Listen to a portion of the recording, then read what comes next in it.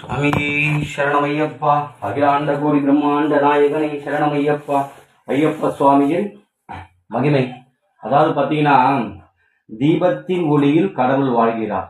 அந்த ஒளியின் வயதா நம்ம போடுற இந்த லைட்லையும் இது உள்ள கிடையாது. கடவுளை கருவறையில் காமிக்கிறதுனா அந்த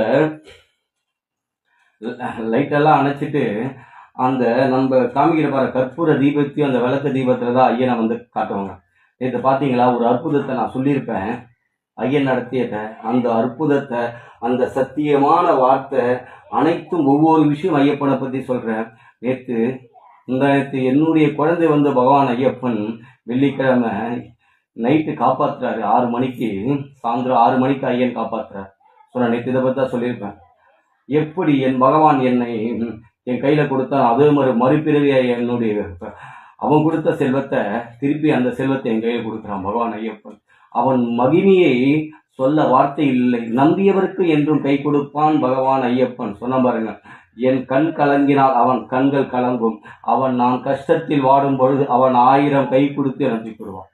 நான் சொன்னேன், எவ்வளோ இதுவாக இருந்தாலும் நான் சேர்த்து வச்ச சொத்து சொல்லுவேன் பகவான் ஐயப்பன்.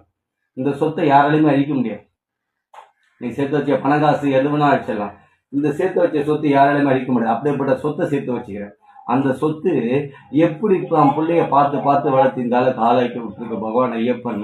அவனோட விஷயத்த ஒவ்வொரு விஷயம் உங்ககிட்ட நான் சொல்லிட்டு இருக்கேன். இதை கேட்டீங்கனால அதையே உங்களுக்கு மிகப்பெரிய புண்ணியம். இது ஒரு பாக்கியம். சாதாரணமாக இந்த இடத்துல உட்காந்து பேசுகிறேன். இதை பேச வைக்கிறதும் பகவான் ஐயப்பன். நான் இல்லை, நான் வெறும் 0. இந்த 0வை பேச வைக்கிறான், பாட வைக்கிறான், பூஜை பண்ண வைக்கிறான், அனைத்தையும் செய்ய வைக்கிறான் பகவான் ஐயப்பன்.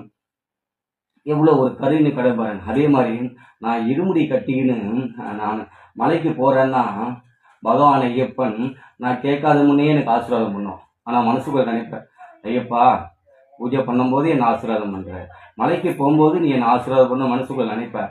ஆனால் வாய் திறந்து கேட்க மாட்டேன். ஆனால் மனசுக்குள்ள நினைக்கிறது பகவான் ஐயப்பன் கொடுத்துருவோம். பூவா கொடுக்குறான் பாருங்க, ஆசீர்வாதம் பண்ணுறான். ஆசீர்வாதம் பண்ணி அவன் மலைக்கு அவன் பிள்ளையை ஆசீர்வாதத்தோடு வர வைக்கிறான் பாருங்க. கருணையின் கடவுள் இல்லைங்க அவன், கருணாகர மூர்த்தி இல்லைங்க அவன். அதாவது கேளுங்கள் திறக்கப்படும் கடவுள்கிட்ட. நான் வாயை திறந்து கேட்கல பகவான் ஐயப்பன் கிட்ட. கேட்கறதுக்கு முன்னாடி என் மனசுக்குள்ள நினைக்கிறத அவன் செஞ்சுட்டு போயிடறான் பகவான் ஐயப்பன். எப்படிப்பட்ட ஒரு வரப்பிரசாதம் ஐயப்பன் பாருங்க. அவன் கருணையின் கடவுளே கடவுள் தாங்க.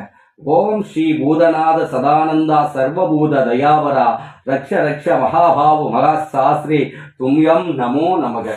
சுவாமியே சரணம் ஐயப்பா. அகிலாண்ட கோடி பிரம்மாண்ட நாயகனே சரணம் ஐயப்பா.